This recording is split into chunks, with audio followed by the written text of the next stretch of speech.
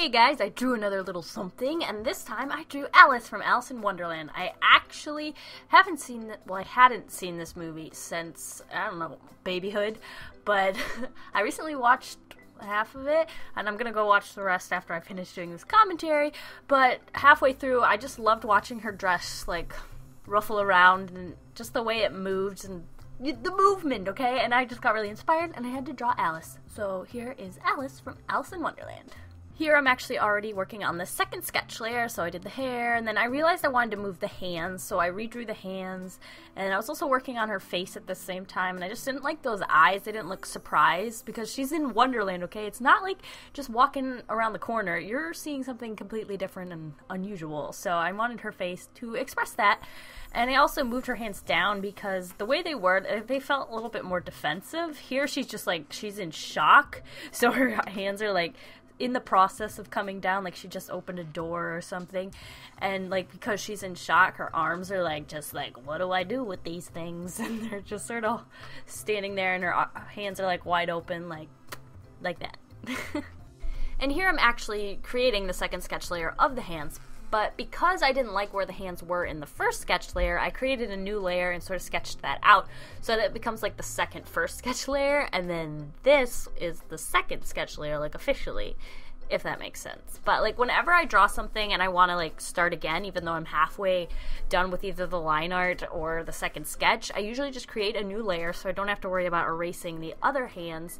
Like if I realize, you know what, the new hands I'm drawing aren't even as good as my last ones, I still have those somewhere, so that way I can create a new layer. And I have the new hands, and I can choose between them, like which ones I like better, and then I can go with that. And I think it's a lot less stressful, because you know, oh well, if this doesn't work out, I have a fallback, and it usually turns out better, but occasionally it doesn't, so it's always good to have that. And with that, it was time to start the line art, and I actually started on her nose because I really wanted to get the nose right, because if you draw a nose wrong, it can make the character look like a completely different age, and since she's like, I think 11? In the movie, I really wanted her to have that cute little button nose that hadn't quite, you know, matured yet, so I worked on that. And then when it came down to her clothes, I tried adding detail, because I found this artist on Instagram, don't remember their name, but like, their art is just so detailed, and I'm like, what makes this so great? And I think it's the detail, so I was like, when in doubt, I'm just gonna throw detail at something and hope it turns out better. And I really do like the way this turned out. It's actually, I don't know, it looks good. Like, I added seams at the end of fabric, because I was like, hey, that would add a little bit of detail, and I saw it in this guy's art, so I was like, I'll try it. So, like, at the end of the apron and at the end of the skirt, it's kind of like a hem, just like a line. It's very thin. It's not even, like, a complete line. Like, at some points it, like, breaks, because it's kind of like the thread and, like, where the seam is, so it's, I mean, it's not, like, a perfect line, so that's what I tried to emulate, at least. And then after I did the line art for her shoes, I actually zoomed out and realized her head seemed really big, like even for an 11-year-old. So I just grabbed the sketch that was underneath the line art and shrank it down just a little bit, and then I did the line art for her face. Well, the rest of her face, because I already had the nose, but you get the point.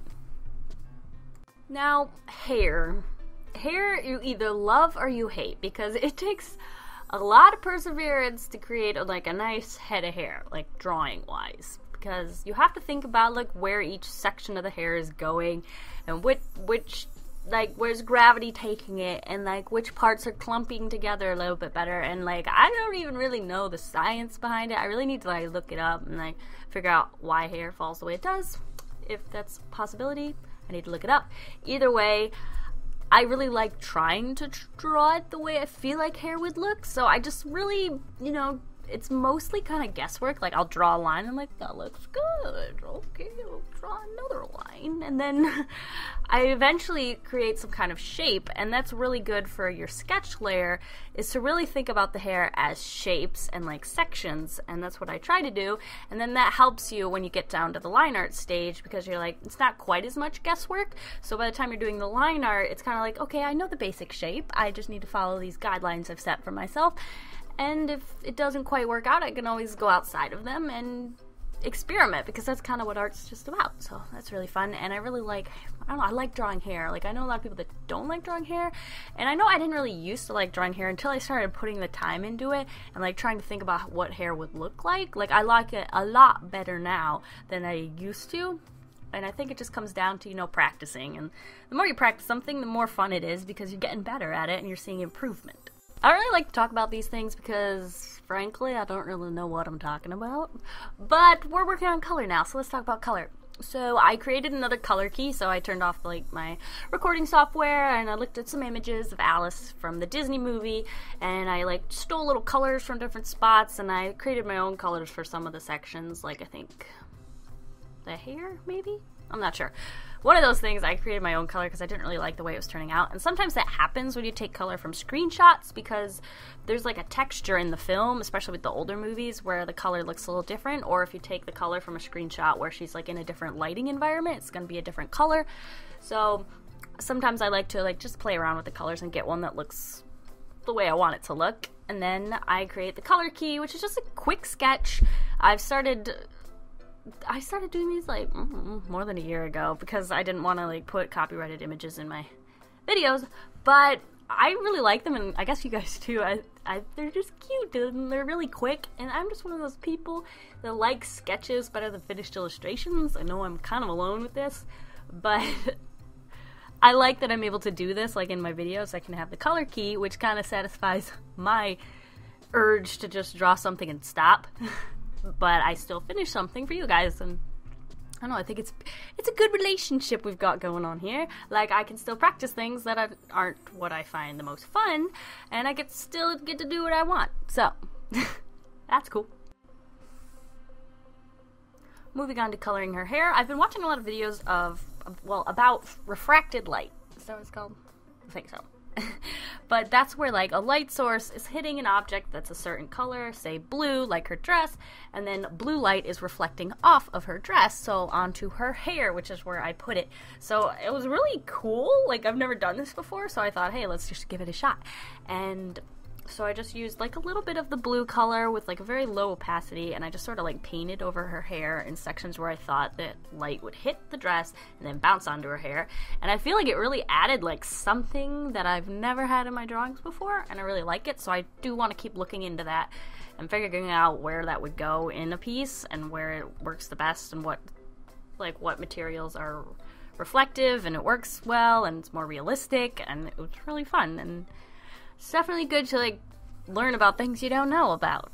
We are nearing the end of this video, sadly. I just added some details like to her lips and to her hair. I just added some random strands. But this is probably also a good time to mention that if you are watching this video live or in the week that this video came out, you still have 3 weeks to enter my contest and win some pretty cool prizes. So if you want to check out my contest, which is going and is live right now, you can click on the link on the screen or in the description below and check out that if you want to enter. I'm getting a lot of entries and they're really cool, so I really look forward to seeing the entries, and I'm very appreciative of that. So, also, no spoilers for the Avengers. That came out today, in the US at least, and I don't want any spoilers. It's bad enough when you come across them on Tumblr and then you like cry your eyes out because you know who dies. Okay, we're not talking from experience. No. Okay, no spoilers for the Avengers. Let me know if you saw it though, because it looks pretty fantastic. And I know that really has nothing to do with the drawing, but it has a lot to do with me, and I'm this channel, so yeah. Okay, thank you guys for watching, and I hope you all have a delicious evening full of waffles. Bye.